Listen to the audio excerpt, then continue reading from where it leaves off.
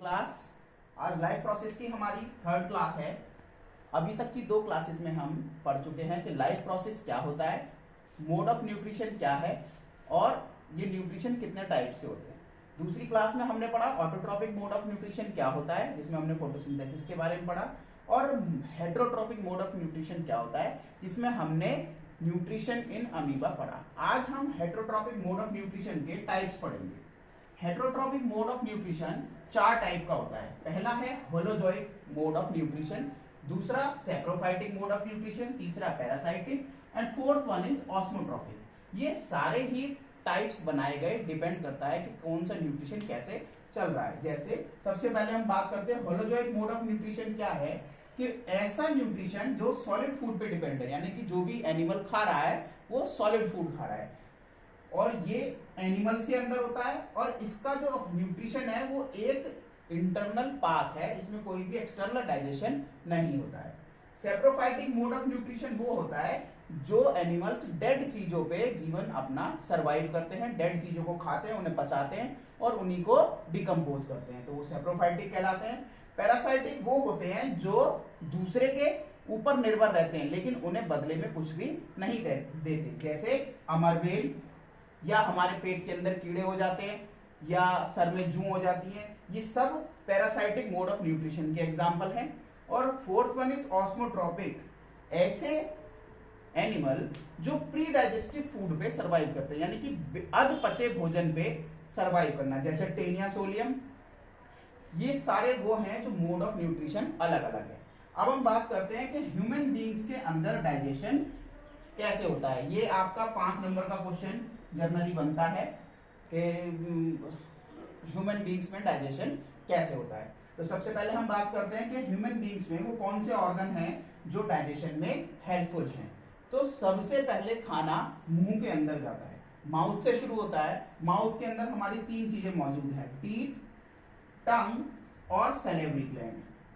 खाना चबाने पीसने के बाद उसमें सलेवरी ग्लैंड से सलाइवा मिक्स होने के बाद खाना पहुंचता है ईसोफेगस में, यानी कि गले में। गर्दन से होते हुए खाना पेट के अंदर जाता है जहां पे गैस्ट्रिक ग्लैंड मौजूद है, जो कि फूड को डाइजेस्ट करने का काम शुरू करते हैं। फिर खाना स्मॉल इंटेस्टाइन में आता है, वहीं जुड़ी होती है पेनक्रियाज, जिसको कहते हैं हम अग्नाशय, और उसके बाद भोजन पहुंचता है लार्ज इंटेस्टाइन में। देन रेक्टम में जाके सारा अनडाइजेस्टेड फूड और वेस्ट मटेरियल इकट्ठा होता है और एनएस के थ्रू मॉर्निंग में बाहर हो जाता है। तो अभी तक हमने बताया है डाइजेशन इन ह्यूमन बीइंग। अब हम बताएंगे कि आखिरकार हमारे शरीर के जो ऑर्गन हैं वो कैसे भोजन एक जगह से दूसरी जगह पहुंचाते हैं, या हमारे डाइजेस्टिव सिस्टम में कौन कौन से ऑर्गन हैं। आप देख सकते हो कि पूरा डायग्राम दिखाया हुआ है, माउथ से लेके और एनस तक का स्ट्रक्चर इसमें ड्रॉ किया हुआ है। जो आपको ये डार्क ब्राउन कलर का दिखाई दे रहा है ये हमारा लीवर है, ये गॉल ब्लैडर है, ये स्टमक है, ये जो येलो कलर की है ये पेनक्रियाज, ये बाहर वाली लार्ज इंटेस्टाइन, ये स्मॉल इंटेस्टाइन थी। अब देखिए खाना जीभ के माध्यम से मुंह के अंदर आया और गले के अंदर से होते हुए ये ईसोफेगस क्रॉस करी और पहुंच गया स्टमक में। स्टमक में इसका डाइजेशन होता है, पेनक्रियाज हेल्प कर रही है, स्मॉल इंटेस्टाइन में एंटर करा और यहाँ से होते हुए ये आ गया स्मॉल इंटेस्टाइन में। इस तरह से होते हुए ये खाना लार्ज इंटेस्टाइन में होते हुए रेक्टम में जाएगा और बाहर हो जाएगा। इसमें अब हम बताते हैं कि आखिरकार हमारे माउथ के अंदर वो कौन कौन सी चीजें हैं जो डाइजेशन करने में हेल्पफुल होती हैं। तो सबसे पहले टीथ, हमारे पास टोटल 32 टीथ होते हैं, जिसमें ये 2 जॉ में बटे हुए हैं, लोअर जॉ और अपर जॉ।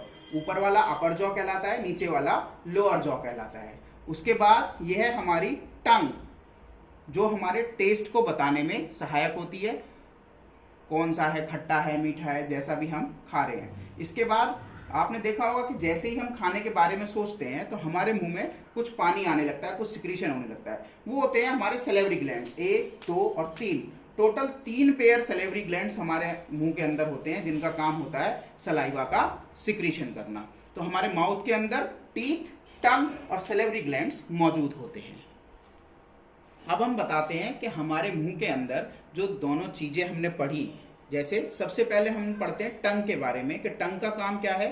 टंग हमारा टेस्ट ऑफ ऑर्गन है, जिसमें आगे की ओर मीठे का टेस्ट, बराबर में सॉल्ट, पीछे की ओर खट्टे का टेस्ट और सबसे पीछे होता है कड़वेपन का टेस्ट।